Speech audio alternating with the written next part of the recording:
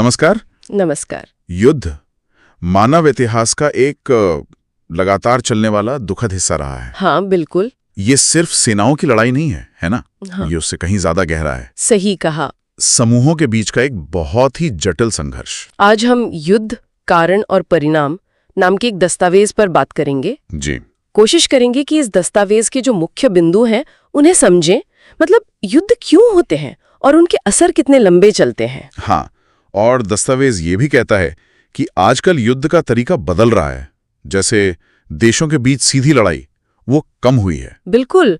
और उनकी जगह अब गृह युद्ध ज्यादा हो रहे हैं और ऐसे संघर्ष जिनमें नॉन स्टेट एक्टर्स शामिल हैं। हाँ, मतलब ऐसे समूह जो किसी सरकार का हिस्सा नहीं होते, जैसे कोई विद्रोही गुट या फिर आतंकवादी संगठन। जी, और इससे ये लड़ाइयाँ और भी उलझ जाती हैं। और इंसानी कीमत वो तो बस बढ़ती ही जा रही है। बहुत ज्यादा।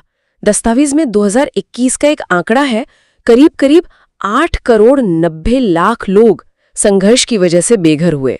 8 करोड़ 90 लाख, ये तो कई देशों की पूरी आबादी से भी ज्यादा है। सोचिए जरा। और अब सिर्फ सरहदें नहीं लड़ती, शहर, गांव, यहाँ तक कि अस्पताल और मंदिर मस्जिद सब जैसे जंग का मैदान बन गए हैं। ये तो सच में सोचने वाली बात है। तो ये स्रोत क्या कहता है? इसके पीछे वजह क्या है? कोई एक मुख्य कारण? नहीं, स्रोत यही कहता है कि कोई एक वजह नहीं होती। ये कई चीजों का एक मिला जुला असर है। राजनीतिक, आर्थिक, सामाजिक, विचारधारा, यहाँ तक कि पर्यावरण से जुड़े कारण भी। अच्छा। हाँ, जैसे राजनीतिक स्तर पर दस्तावेज कहता है कि अगर शासन कमजोर हो, कानून व्यवस्था ठीक ना हो, तो ये एक बड़ा कारण बनता है। मतलब जब सरकारें लोगों की हिफाजत ना कर पाए या इंसाफ न दे पाए। बिल्कुल। तो फिर हिंसा के लिए एक तरह से जगह बन जाती है। और जमीन या संसाधनों को लेकर जो झगड़े होते हैं उनका क्या? वो तो सदियों से चले आ रहे हैं। हाँ, वो भी क्षेत्रीय विवाद, और साथ में जुड़ जाती है राष्ट्रवाद की भावना और शक्ति संतुलन बनाने की कोशिशें। जैसे शीत युद्ध के समय हुआ था। हाँ, स्रोत उसका उदाहरण देता है, कैसे दो बड़ी ताकतें दुनिया भर में अपने प्रॉक्सी युद्ध लड़वा रही थीं। लेकिन राष्ट्रवाद आज भी बहुत ताकतवर है, खासकर पहचान की राजनीति के साथ मिलकर। अच्छा, और आर्थिक वजह? क्या ये बात सच है कि कई लड़ाइयां असल में तेल, पानी या खनिजों के लिए होती हैं? दस्तावेज इसे संसाधन युद्ध कहता है। पानी, तेल, खनिज जैसे जो जरूरी और कम होते संसाधन हैं, उन पर कब्जे के लिए लड़ाई। ओके। और ये भी कि आर्थिक असमानता, गरीबी, ये भी संघर्ष के लिए माहौल बनाती हैं। जब लोगों के पास अपनी जरूरतें पूरी करने के साधन नहीं होते तो वे शायद हताशा में हथियार उठा लेते हैं। हाँ, ऐसा हो सकता है। तो राजनीतिक कमजोरी और आर्थिक तंगी ये मिलकर हालात बिगाड़ सकते हैं। और फिर समाज और संस्कृति से जुड़े कारक भी तो हैं। बिल्कुल। स्रोत इस पर खास ध्यान देता है। सांप्रदायिकता, पहचान की राजनीति, वो हम बनाम वो वाली सोच। जब एक ग्रुप दूसरे को दुश्मन समझने लगता है तो फिर हिंसा आसान हो जाती है, और पुरानी रंजिशें, बदले की भावना, वो इस आग को और भड़काती हैं। एक तरह का दुष्चक्र बन जाता है। जी हाँ। इन सब चीजों का एक दुखद उदाहरण तो भारत का बंटवारा है।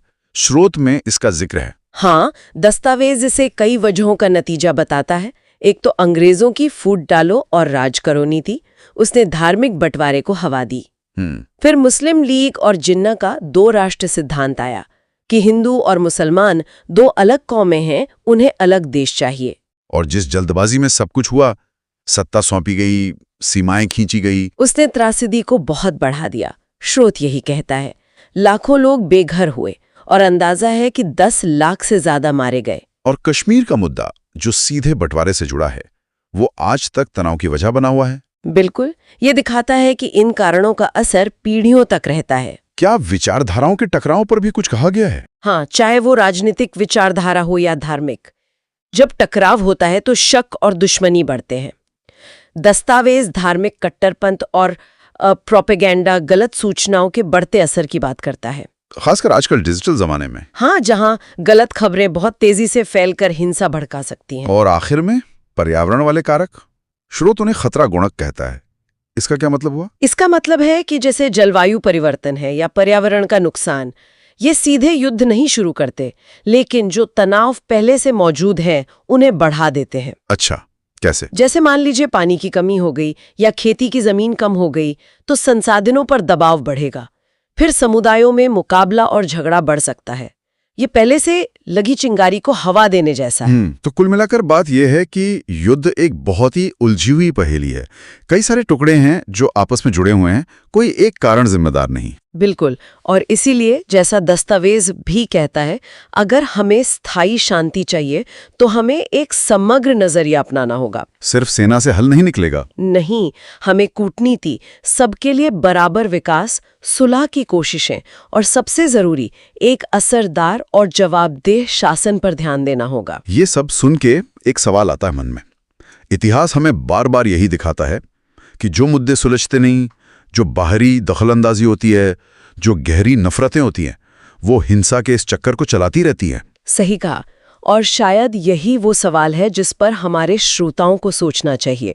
क्या हम वाकई इतिहास से सबक लेकर इन उलझे हुए असली कारणों को समझने और भविष्य में संघर्ष रोकने के लिए तैयार हैं? या हम वही गलतियां दोहराते रहेंगे? सोचने वाली बात है।